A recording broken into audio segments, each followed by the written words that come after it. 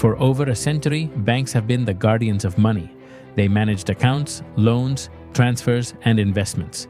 They symbolize stability, security, and authority. But just over a decade ago, a new player emerged: cryptocurrencies, a system without intermediaries, open to anyone with internet access, and powered by blockchain, a technology that promised freedom from traditional finance. Today, both worlds observe each other cautiously. The question is no longer just about money, but about power, trust, and the future of global finance. Are banks and crypto destined to clash forever, or can they become unlikely allies? Banks are more than financial institutions. They are pillars of the modern economy. They control credit, facilitate global trade, and operate under strict regulation by central banks. However, they are also criticized for bureaucracy and inefficiency, high fees for simple services, lack of accessibility. Billions of people still remain unbanked, dependence on governments and monetary policies that don't always benefit citizens. Traditional banking is powerful, but it has cracks, and it is precisely in those cracks where cryptocurrencies found their entry. In 2009, Bitcoin was born, proposing something radically different: money without intermediaries. Its promise was simple yet revolutionary: a limited supply of digital money, resistant to censorship and open to everyone. Soon after came stablecoins, Ethereum, and decentralized finance. Suddenly, it became possible to transfer money across borders in minutes, save in digital dollars without relying on a bank, borrow or lend without paperwork. For millions in countries with inflation or without access to banking, crypto was not speculation, it was survival. This was the beginning of the tension, a system designed to replace intermediaries, confronting the biggest intermediary of all, banks. For financial institutions, crypto represents both danger and disruption. International transfers, which used to generate high fees, can now be done almost for free. DeFi platforms attract users with better yields than traditional savings. Bitcoin challenges the monopoly of national currencies.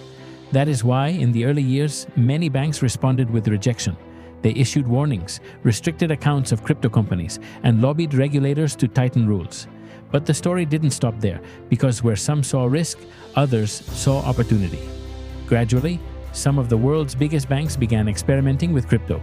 Examples include JP Morgan, which launched its own blockchain and token for institutional clients; Goldman Sachs, which opened a digital asset trading desk; European banks offering Bitcoin custody services for private clients. In Latin America, banks testing stablecoin integration to combat inflation. The narrative slowly shifted, from total rejection to cautious integration, and in some cases, collaboration with crypto companies. This adaptation shows that banks understand a simple truth: ignoring crypto is no longer an option. The conflict is not just between banks and crypto, governments play a crucial role too. On one side, they want to protect citizens from scams and volatility. On the other, they fear losing control over monetary policy. This is where CBDCs, central bank digital currencies, enter the stage. They aim to combine the efficiency of blockchain with centralized control. Some argue CBDCs will modernize money. Others warn they could increase surveillance and reduce financial freedom. What is clear is that CBDCs are governments' direct response to the rise of cryptocurrencies. The road ahead can unfold in different directions. Total clash. Governments and banks heavily restrict decentralized cryptocurrencies, enforcing CBDCs as the only digital option. Regulated coexistence. Banks and crypto coexist, with institutions offering digital asset services under strict regulation. Hybrid transformation. A future financial system where crypto, banks, and governments merge into a hybrid model combining innovation with traditional trust. Each scenario depends on technology, regulation, and public trust. The outcome will shape how billions of people use money in the coming decades. The financial world is at a historic turning point. Banks symbolize tradition, stability, and control. Cryptocurrencies symbolize innovation, freedom, and disruption. The battle between them is not just about who controls money, it is about the values that will define our future economy. The truth is, neither side will completely disappear. The most likely future is one where confrontation and collaboration coexist. The final question is, will we see banks and crypto as eternal enemies or as unexpected allies in building the future of money?